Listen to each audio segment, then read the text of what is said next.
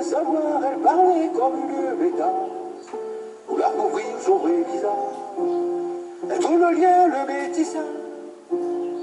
Elle avait vu le visage, mis le regret, vivait dans ce village de campagne, on s'entache comme de la paille qui attend l'hiver pour les vaches tout chaussées.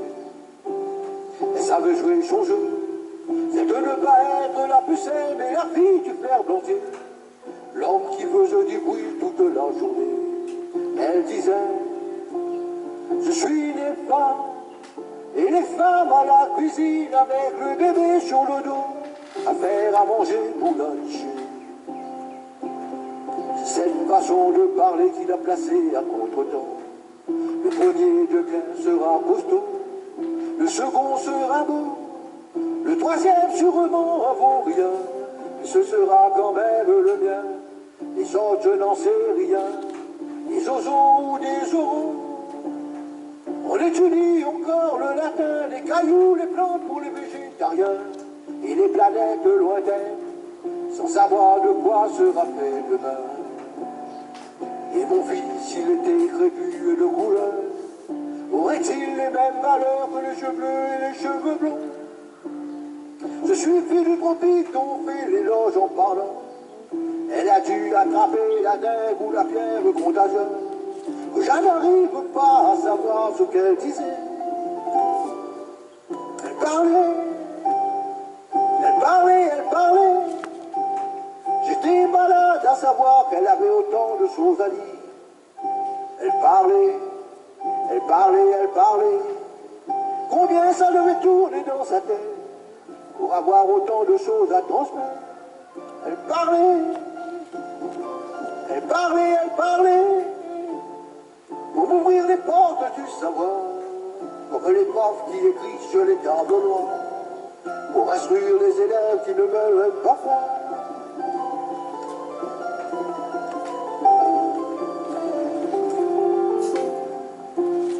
Si tu me disais, il y a des pays où on tue les bébés filles trop chères à marier.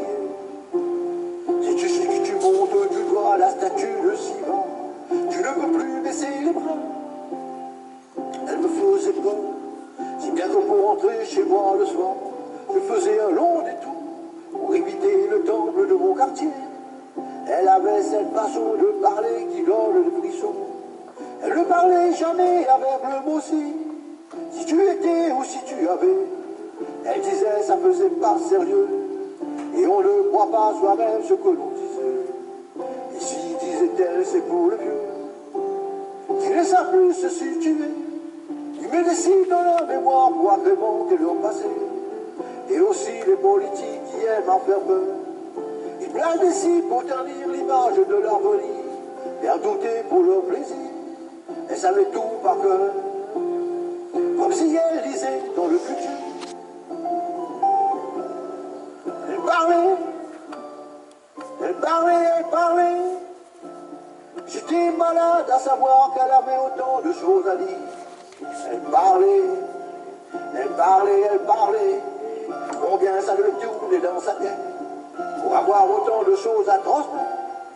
Elle parlait, elle parlait, elle parlait, pour m'ouvrir les portes du savoir, comme les profs qui écrivent sur les tables noires, pour instruire les élèves qui ne veulent même pas croire.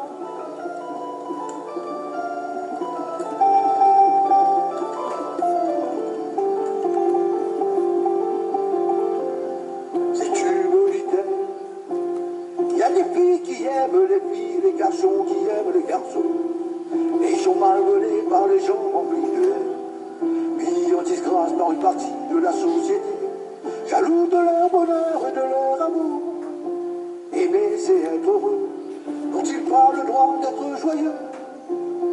Là où il y a l'amour, il y a le verbe aimer, et conjugué au présent, c'est bon à tout instant.